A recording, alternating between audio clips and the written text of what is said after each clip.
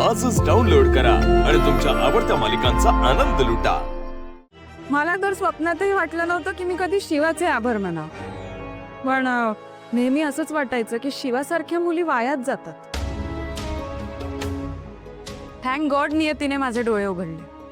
माझा जो काही गैरसमज होता तो दूर झाला आणि मला शिकवण मिळाली की शिवासारख्या मुली खऱ्या अर्थाने प्रेरणा बनतात। आजच्या जगात शिवासारख्याच मुली वेगळ्या पद्धतीने उभ्या राहू शकतात। खरंय शिवा, पण तुला अजून एक गोष्ट सांगू का? तुला ना कल्पनाही नसेल, पण तू ना अगं कितीतरी लोकांना एकत्र घेऊन चालते। तू एक विचार आहेस अगं।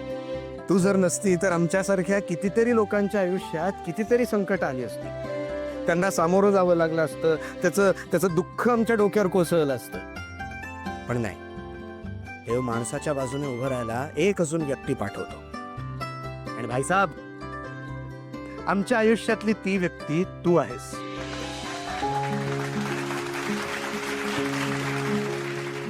खरंय शिवा, अगं माझे तर कित्येकदा गैरसमज झाले आणि कित्येकदा मी तुला दोषी ठरवलं, पण तरीही तू कधीच माझ्याबद्दल मनात कुठलाही राग ठेवला नाहीस। उलट मला समजून घे, माझ्या मुलीची काळजीच घेतलीस। तुझं मन खूप मोठं आहे अगं, आणि जशी मी नेहमी बोलते, तू माझी लेकच आहेस। शिवा, तू माझ्या मागे माझ्या मुलीला खूप मोठ्या दुःखातून बाहेर काढलेस, मी हे कधीही विसरणार नाही। त्यामुळे मी कायम तुझा ऋणी राहीन। शिवा, रॉकीच्या दुःखातून मी तुझ्याशिवाय कधीच बाहेर नसते येऊ शकले। तू होतीच म्हणूनच हा सगळं व्यवस्थित झालं। म्हणजे सुरुवातीपासूनच तू माझ्यासोबत, मग दोघांसोबत नेहमी उभी राहिलीस, काहीही झालं तरी। आज रॉकी नाही आहे इथे, पण तोही हेच म्हणाला असता की तो पण खूप लकी आहे की त्याला तुझ्यासारखी मोठी बहीण गुरु मिळाली। आणि शिवा, आयुष्यभर आमच्यासोबत तू ढाल म्हणून उभे राहिलीस यार, आमच्याकडून तुला एक सॅल्यूट। हा सॅल्यूट। शिवा, तू नसती तर आम्हाला पण आमची ओळख नसती मिळाली, आणि माझ्या बिर्याणीला पण भाव नसता मिळाला।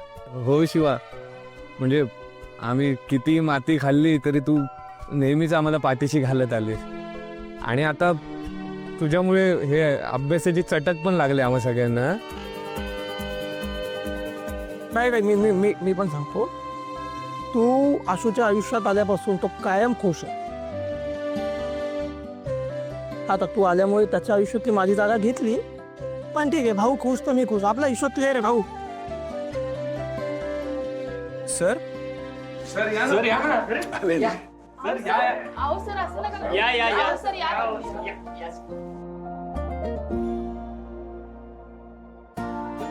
वाह शिवानी, हे सगळं कमवलंयस तू ग। ही सगळी माणसं, ही तुझी कमाई आहे। खूप प्रेमाने प्रामाणिकपणाने मेहनत करून तू ही सगळी कमाई जमवलेली आहेस। मला खूप आनंद झालाय की माझी ही दुसरी मुलगी, हिला मला शिकवायची संधी मिळाली। मी तुला आणखीन इमोशनल करणार नाही, आधीच तुला खूप रडायला येते माहिती आहे मला, पण अभिमान वाटतो तुझा। मी शिवाला जेव्हा पहिल्यांदा पाहिलं ना, तेव्हाच मला विश्वास होता ही मुलगी कधीच माघार घेणार नाही आयुष्यात। नशिबाने तिची खूप परीक्षा घेतली, पण तिने अन्यायाविरुद्ध आवाज उठवणं कधीच थांबवलं नाही। मला कौतुक आहे तिचं आणि अभिमानही आहे। माझ्या लेकराला रांगताना बघितलंय मी, एवढूशी होती, रांगताना बघितलं, मोठी होताना बघितलं, घेतलेल्या समध्या जबाबदाऱ्या प्रामाणिकपणे पार पडताना बघितलंय। आणि हे समज करत असताना किती बी त्रास झाला तरी माझं लेकरू खचलं नाही। माझ्या लेकरानं दोन्ही कुटुंब अशी एकत्र धरून ठेवली घट्ट। शिवा, माझ्या आयुष्यात आलीस आणि माझं आयुष्य बदलून गेलं यार। मी आज जे काही आहे ना ते तुझ्यामुळे, आणि मी असंच आयुष्यभर तुझ्या पाठीशी उभं राहील. आणि हेच आयुष्य नाही, पुढची येणारी काही आयुष्य मला अगदी आवडेल तुझ्याबरोबर असं उभं राहायला. आणि तुझ्याकडून छकुला म्हणून घ्यायला, नाही का? I love you. शिवा, तू बोल की काय ते. मी काय बोलू भाऊ मला नाही कळत. शिवा बोल.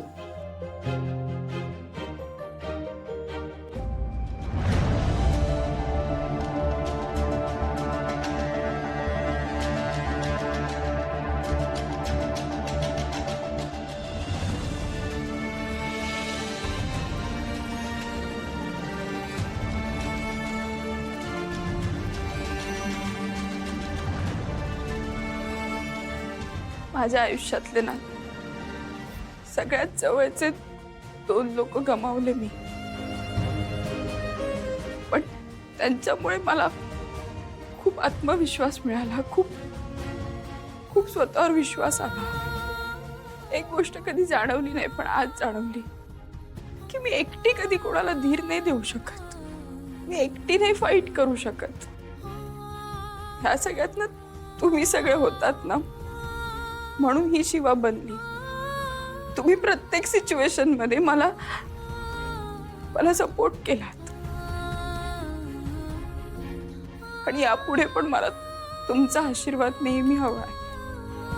खरं तर छोटे केस असणारी, पॅन्ट शर्ट घालणारी, आरेला कारे करणारी किंवा सतत फाईट करणारी अशा मुलीला तुम्ही स्वीकारलत. ती जशी आहे ना तसं तिला आपलंसं केलं, एवढं प्रेम दिलं, मनापासनं सगळं केलं. एक मुलगी अशी असावी, अशा कुठल्याही चौकटीत न बसणारी मुलगी होती शिवा. तिला तुम्ही जवळ केलं. आणि आणखीन एक गोष्ट मला तुम्हाला सगळ्यांना सांगायची. रॉकी आहे ना, रॉकी, तो आपल्या स्वप्नांच्या मागे खूप धावला आणि त्याने त्याचं स्वप्न पूर्ण केलं, फक्त जगू शकला नाही. अशी कितीतरी मुलं आहेत रॉकी सारखी ज्यांना गरज आहे. अशा मुलांसाठी मी नेहमी उभी राहीन.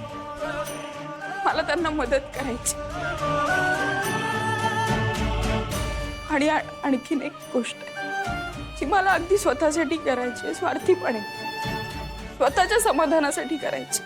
म्हणजे रॉकीने त्याचं स्वप्न पूर्ण केलं, फक्त ते स्वप्न जगू शकला नाही.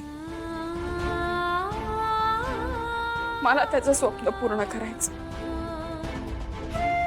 मी IAS होणार आणि ज्या माणसांना गरज आहे ना त्यांच्यासाठी उभी राहणार.